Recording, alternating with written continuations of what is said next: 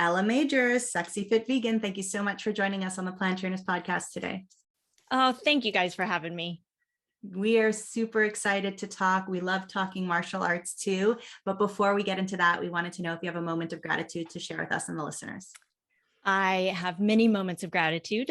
Today, I will choose the freedom that I have. Next week, I get to go up to Hogs and Kisses Farm Sanctuary, which I am on the board and haven't been in a few months. And I just cannot wait to spend time with our animals up there at the sanctuary. And the fact that I'm able to do that and have the freedom to do that I'm so grateful for.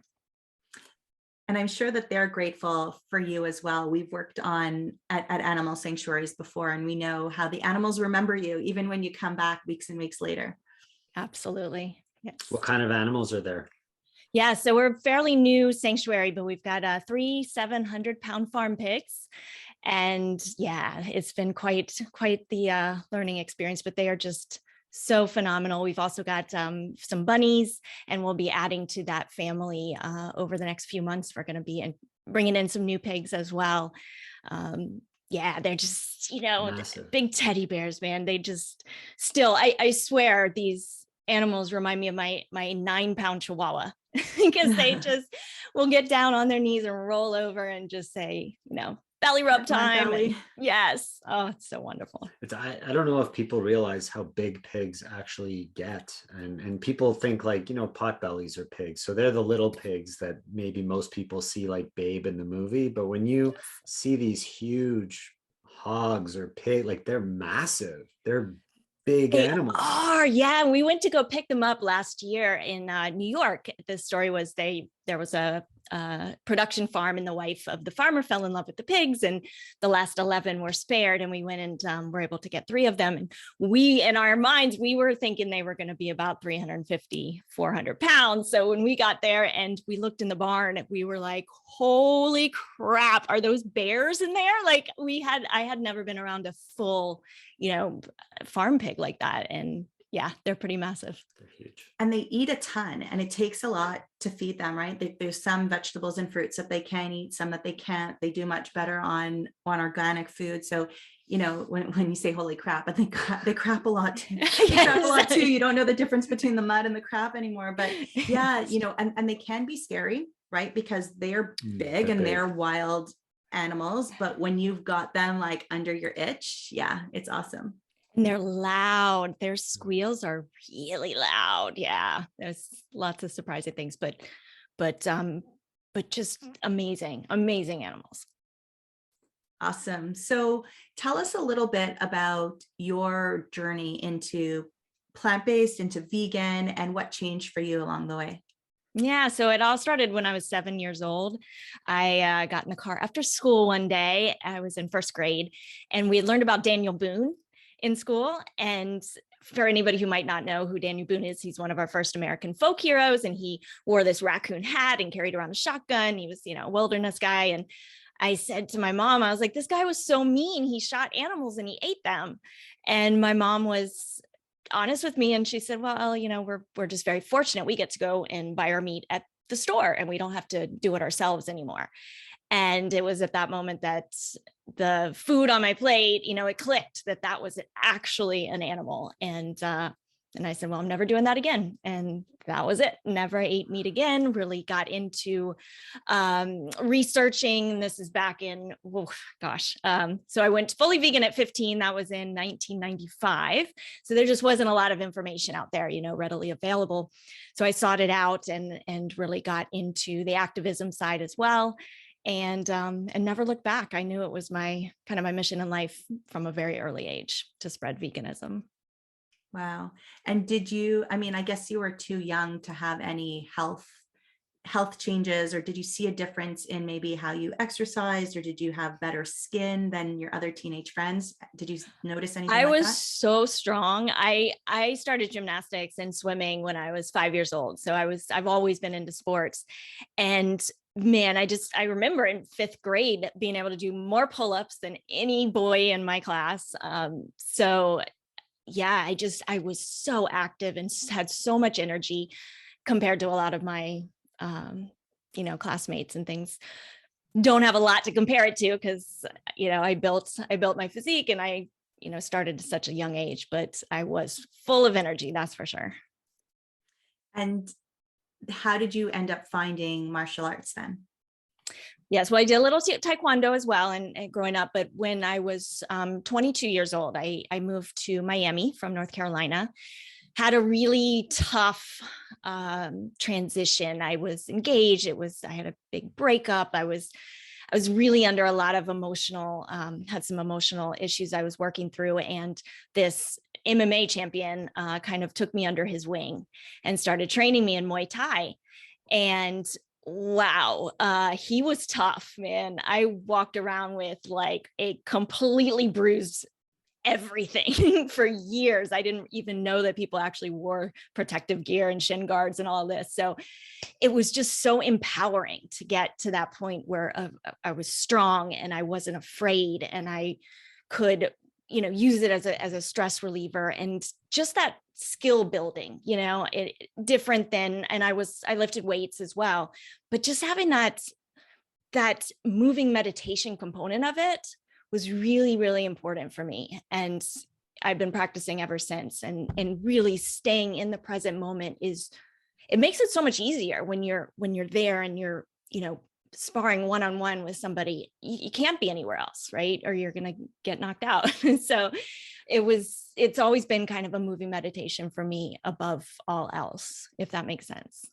Totally makes sense. I mean, I think of sports in the same way, but to me, Muay Thai, Thai boxing, like that, to me, it's like such an intense, scary sport. Like, yeah, I remember being we were in Thailand and we saw a match and like live, and it was rough, it was violent, it was like all out, and there was no holds back. And like to think that you're going and you're doing that, like it's impressive, it's crazy, but it's that focus, that mental awareness that I guess you learn that in most martial arts that you practice, and to the extent that you want to, but it's super fascinating, all of that. And I can't believe you do that.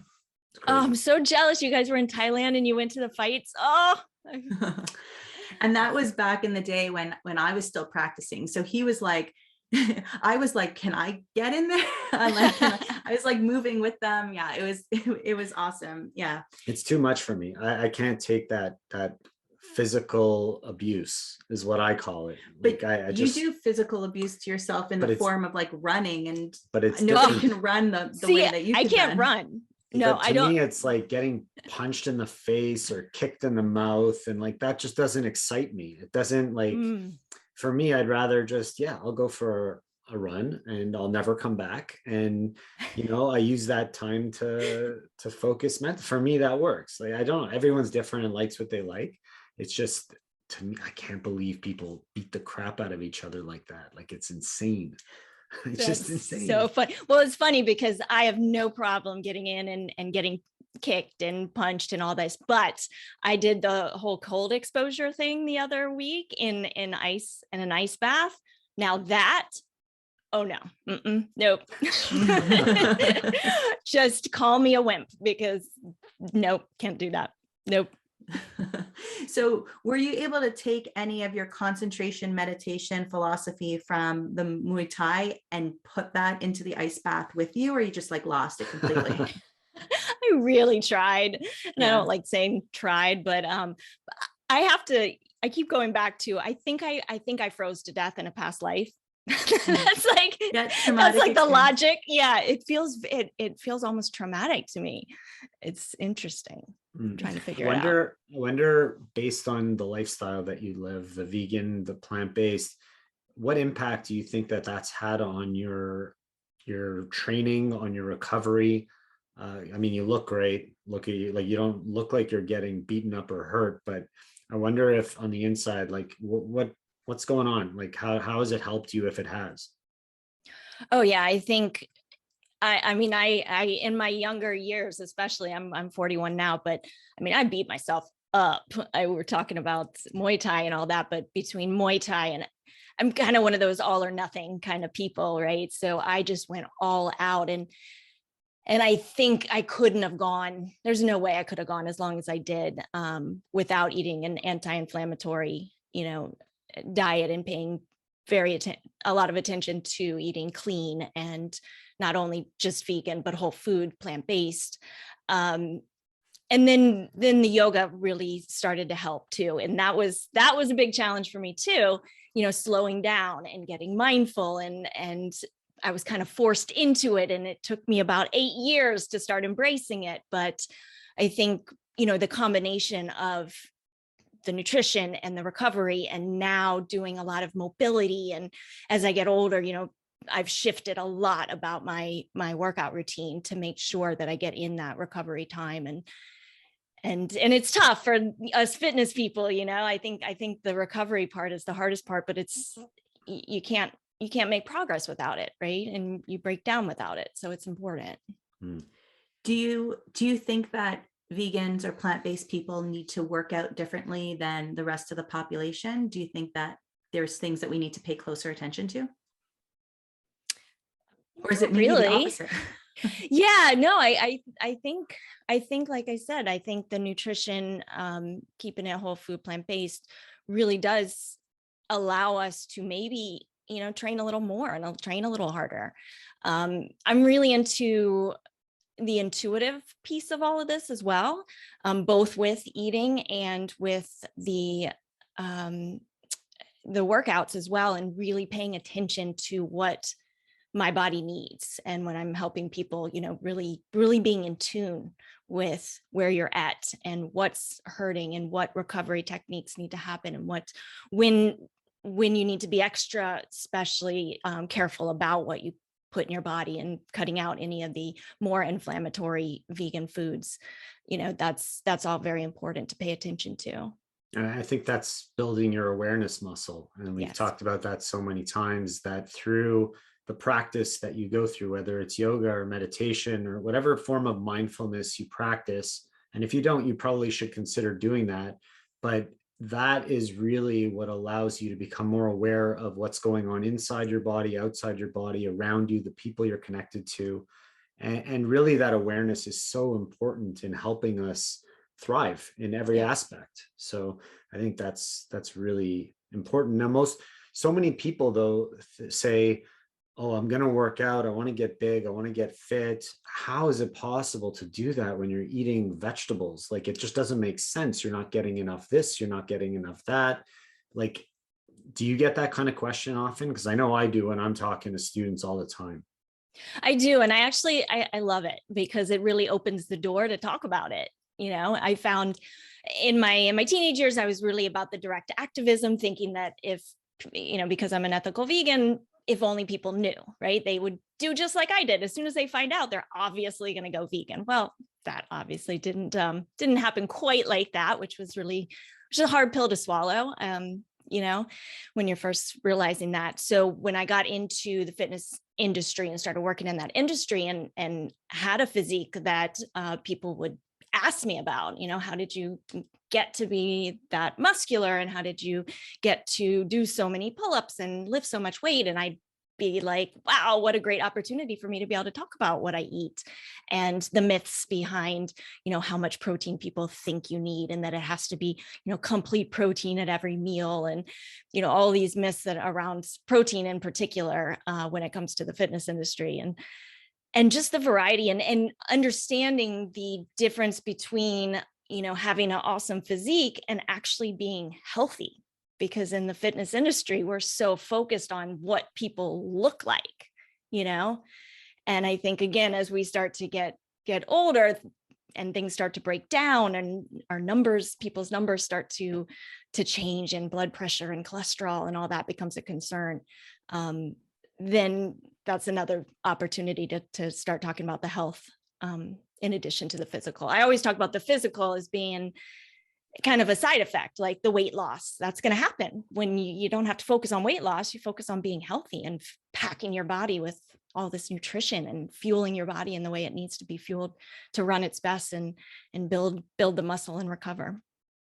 So I guess at this point, people are thinking, okay, if I work out hard, or I want to work out hard, and, I'm doing a variety of different activities and exercises, what tips do you have for them in terms of nutrition on possibly when to eat what, or what is too much protein, or to go into the fridge and eat that raw tofu?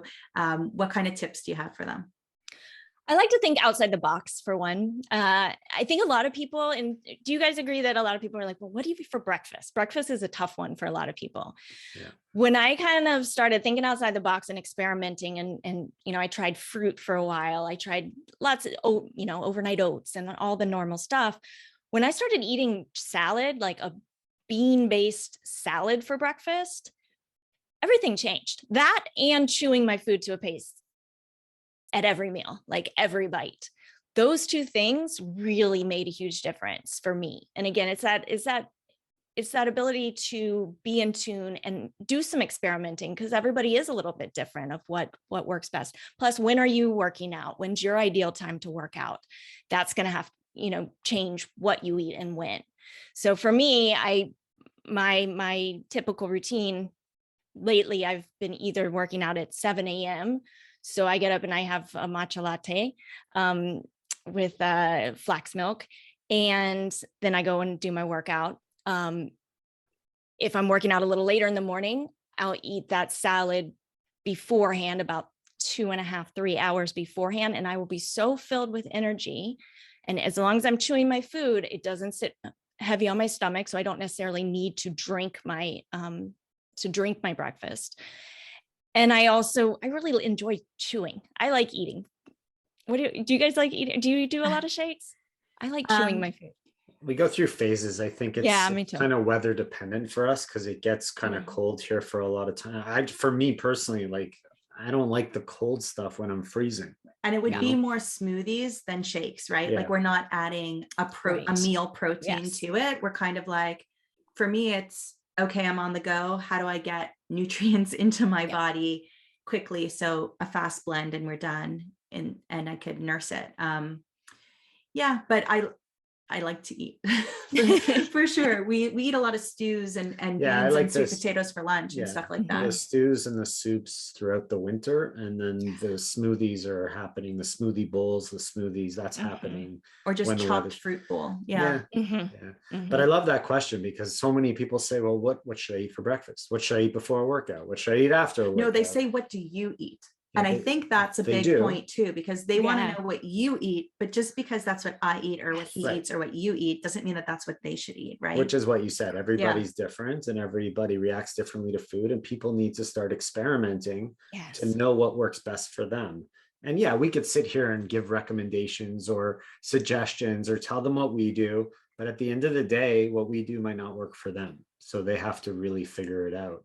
Sorry, you're on your own. Well, no, we'll guide you. We'll guide you, but be, like you said, be intuitive, try things out and see what's really working for you. Exactly. And I'm always happy to share, but I always preempt that with, just because this is working for me doesn't mean it's going to work the best for you. So do you eat something different after your workout? Like, is there something special or a reason that you choose what you choose to eat after you've done your workout? Like, people are thinking at home, like, oh, well, I got to get my 20 grams of protein after my workout. So what do I eat to get that? But we know that we don't need that much protein. We don't have to worry about it so much, as long as we're eating whole foods, real foods, and a variety of it. But I'm curious to know, after your intense training, like, what would you put down? Yeah. So like when I'm working out earlier in the day, I do a chickpea salad afterwards. So it's usually based in a bean, a legume, either any kind of bean, black beans, chickpeas, lentils, edamame. It'll be that with some sort of greens, tomatoes, avocado, some sort of a hemp seed or a walnuts sprinkled on top. I do put a little bit of a spray of olive oil in there. That's always optional, but it is part of my routine. And a little herbamare seasoning is my. Do you guys know herbamare? Yeah. That's salt substitute. Yeah. It's I keep things simple. For lunch today, I had a huge bowl of green peas. I boiled green peas, and then I put walnuts on top, a little spray of olive oil, some herbamare, and that was my lunch. It doesn't have to be complicated. I think also people start to, make it more complicated than it needs to be.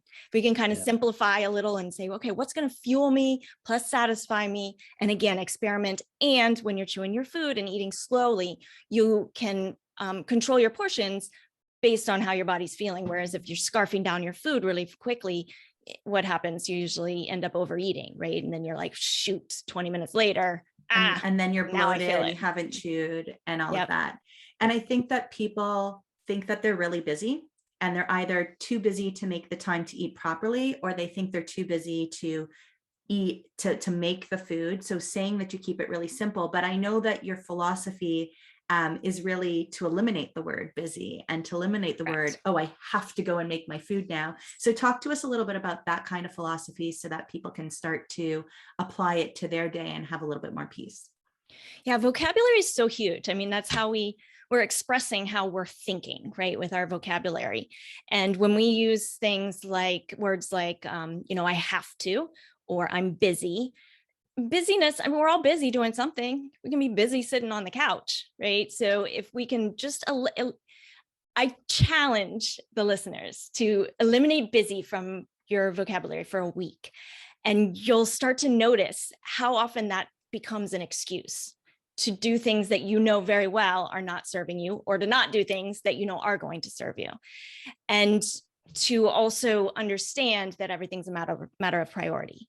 And without our health, we have nothing. I mean, it's just true, right? So really paying attention and being mindful of the excuses we're making, that program that's running our lives subconsciously, that's keeping us from becoming the best versions of ourselves. And if we can eliminate busy and say, okay, this is a matter of priority, even if you choose not to prioritize making lunch, call yourself out on it. I'm choosing not to prioritize making my lunch. Why am I doing that? Then let's take a step back. Let's pause and say, what's this about? And kind of coaching yourself through those moments, taking that little extra time to coach yourself and just start to observe as a start, just observe where that thought is going and what the consequences of that thought are. I really like that. And I think that busy isn't necessarily a negative word, right? We have used busy as an excuse to not prioritize. I'm not prioritizing that. Therefore, I'm going to say I'm too busy, and it's getting that negative connotation, because busy can be a good thing. Like, how's work? Oh, it's busy. Well, good. Busy means, depending on what your work is, you're helping more people, you're making more money, you have more money to give to charitable donations, right? Like that kind of thing. But when you're using busy as the excuse, that's really where it goes wrong. So I love that. Like, eliminate the busy. What words can you, if you want to say busy in a positive way, what words can we use instead that would just bring more abundance to us, but not be an excuse? Stop making excuses. Just get it done. No, but like, if somebody goes like, sorry, I haven't gotten back to you, I haven't prioritized you, or, like, or I haven't been online much because I've been busy. I've been surrounded by, I don't know. It takes some thought. No, it takes some thought, and it's uncomfortable a lot of the times, but I think this is a really good thing. And I've caught myself because sometimes, even for a friend who says, let's go to happy hour. And, oh no, I'm too busy. That's easy. We can do that. We could say that. That's fine. But what if you really thought about, okay, no, I'm choosing not to. What if I was honest about that? And what is that friend going to say? And it's almost like about getting really honest. Yeah. So no, I can't go to happy hour because I have self-care time, or I'm working out, or I'm working late, or I'm taking a bath and going to bed. Just state it instead of overgeneralizing, and state it. Yeah, I like that. That's a good idea. Yeah, I just can for work with practice. that. You don't have to do it forever, but just the point is to get aware, because I think we say it without thinking twice about it. And it's about getting out of that subconscious and into our conscious mind so we can be mindful about our choices. Right. Yeah. So not I've been busy, but I've been putting more time into my work or spending more time with my Yes. family or house training a puppy. Is that what you're Just be doing? specific. Yeah. just saying.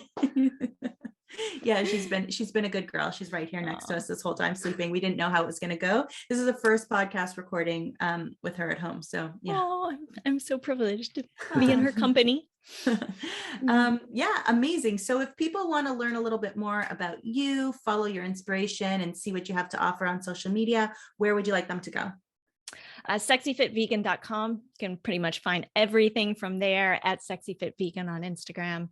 And yeah, you'll find all the links and lots of good stuff, lots of good tools and resources. So what do you do with Sexy Fit Vegan? What exactly, tell us what it is. So yes, my brand, we really, it's all about education. We have a podcast called the Vegan Life Coach Podcast. We've got the Vegan Life Coach Academy, where we've got trainings on all of these type of topics, from the nutrition and fitness components to the mindset. And it really is about the empowerment piece for me. And it's about helping people gain the tools that they need to live their best lives, to make conscious and mindful choices about what they put in their bodies, how they move their bodies, and to give them the resources they need to be able to do that for the rest of their lives. I love it. So thank you so much for doing that. And Ella, we appreciate you taking the time to join us, for our listeners, and hang out with us a bit on the Plant Trainers podcast. Thanks so much for being here.